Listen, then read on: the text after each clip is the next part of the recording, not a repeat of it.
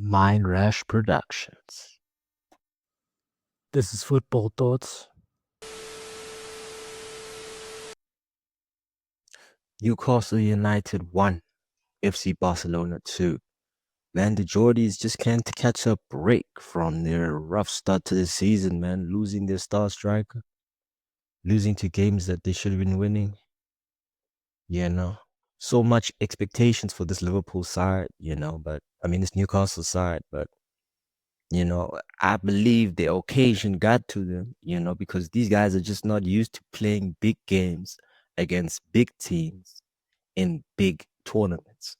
And listen, this is the reason why players always choose United over Newcastle, because Newcastle is still a small boy, silly team, man. 10 shots to 19, Barca. 6 to 5 on target by Newcastle. 65 possession to 35, Barca. 539 passes to 282, Barca. 85% accuracy passing to 72%, Barca. I mean, guys, listen. The first 10 minutes, Newcastle did the English thing where you start off so fast and so quick, from the intensity and the support of the fans. They tried that shit, but then Barca kind of recuperated after the first 10 minutes, and then they started juggling the ball, getting used to the game, getting into the game. 15 minutes in, my key components, just for Barca's transition to get back in the game is that Pedri and De Jong midfield, man. I mean, listen, when you got two supreme passers and distributors, guys who keep a very simplistic with their game, it produces nothing but control and composure in that midfield. And Barca are gifted with this midfield, with combined with the direct passing and attacking that they utilize.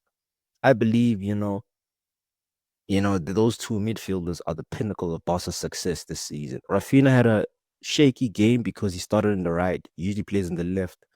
The right is Yamal's position, but obviously Yamal is injured.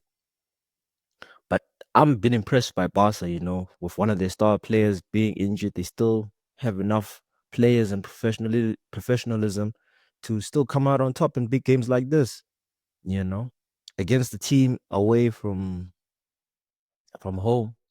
They did quite good. Fermin Lopez, in games like this, I don't believe he's ready to start, but he is cooking, against, in the La Liga games. I believe he's ready to start, man. Against certain squads, but in this against a team with this amount of physicality, I wouldn't say he struggled, but you didn't see the best version of him. You see, but like I said, man, this guy is still a young kid. He's still 22 years old. Still got to build his physique. There's a whole bunch of things that he needs to work on in his game, but overall, he's having a very good season. Marcus Rashford didn't start the game particularly well. He started, with his 1v1 duels, which he wasn't successful in. Listen, I still think this guy is a shit player, man. Even though he scored 2 goals, people are gonna say that, he plays better football under a different team. This team suits his strengths because they play very direct. He's a very direct player. Think of Ollie Ball, where we were very direct and very attacking. Hansi Flick ball is the exact same thing, just on steroids. So of course Rashford's gonna look good in the system. Took the first goal very well, the second goal even better, man. Of the classical Rashford knuckleball shot where he just shoots and asks questions later, man. It was a great finish, long ball inside.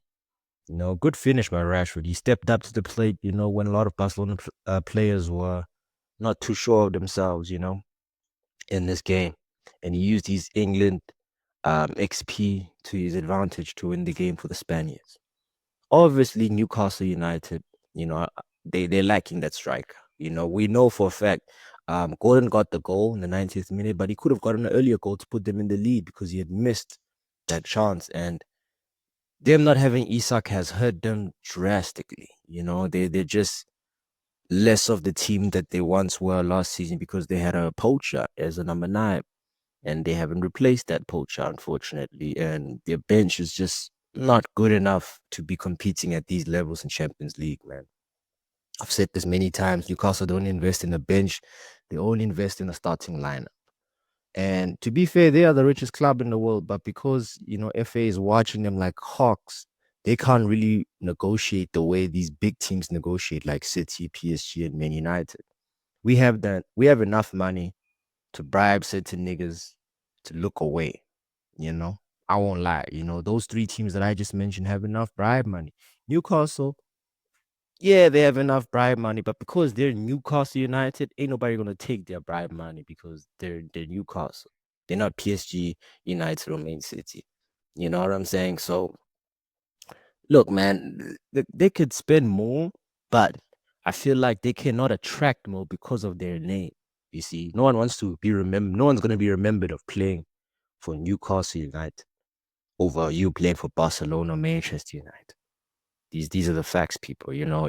Most of these modern day footballers they're more about their Instagram followers and their personification and PR. So playing for Newcastle is just not gonna boost your Instagram followers or your PR or you as an athlete. So Isak knew that, and he said, you know what, fuck these Geordies, I'm out of here. It's too cold for a black man to stay here anyway. So you know, but yeah, that was the game. Barca win. And next time, this is Record TV.